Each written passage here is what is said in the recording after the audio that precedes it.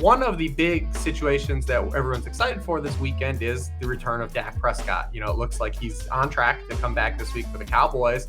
And when we look at kind of the Cowboys from like a pass rate versus expectation stance at this point, they are a team that really wasn't challenged for a lot of the games that they've had Cooper Kupp starting. Cooper Rush, that's not Cooper Rush, Cooper Kupp, not Cooper Kupp, but Cooper Rush.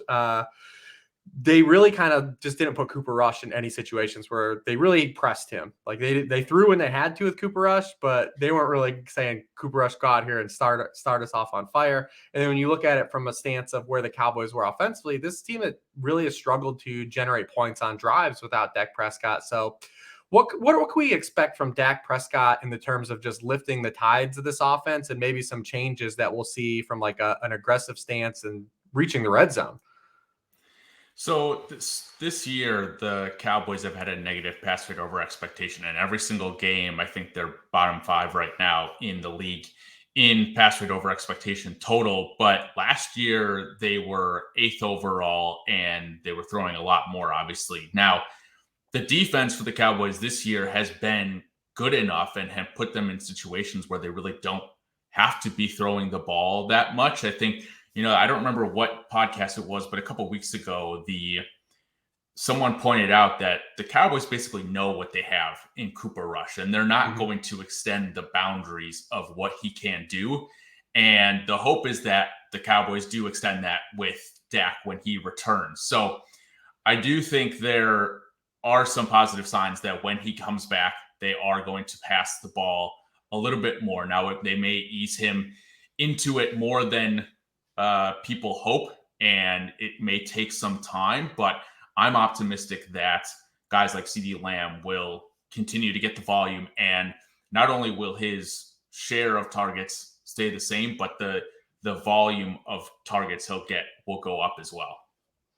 Yeah, I think if you look at it from CeeDee Lamb's perspective, is that he's the player we drafted basically at the 1-2 turn. He got elevated because we thought he would be the only target in this offense that we thought was going to generate points. That hasn't happened so far from the points perspective because of the lack of Dak Prescott, but his per route metrics are really high. I mean, he's being targeted 33% of the time. It's the highest individual team target share in the league. He has over 27% of the team targets in every game. But when you don't have a lot of targets and a lot of routes run, you don't pop. But he's been fine. He's treaded water. Like, he hasn't been bad at all. But you're hoping now that if the pass rate, versus expectation can at least climb to neutral and potentially go over, that all of those metrics that we talk about that we look for, targets per route run and team target share, those can kind of really flourish and grow into actual fantasy points, these big crooked lines where he can compete with some of these front end wide receivers. I don't know what we'll get this week with Detroit. Dallas might talk about this game a little bit in the week 7 section because I'm generally a more cautious gamer when it comes to guys coming back from multi-week injuries, and especially quarterback performances when they have missed multiple games tend to start slow. It was a thumb injury too. But it is a great matchup versus the Lions, which we'll dig into. So we'll be curious to see how we end up playing things. The Cowboys also have reached they're 30th in red zone plays this year because of all the things we talked about. And as a byproduct, Ezekiel Elliott only has 4 red zone touches. He has 86 touches this year and 4 in the red zone.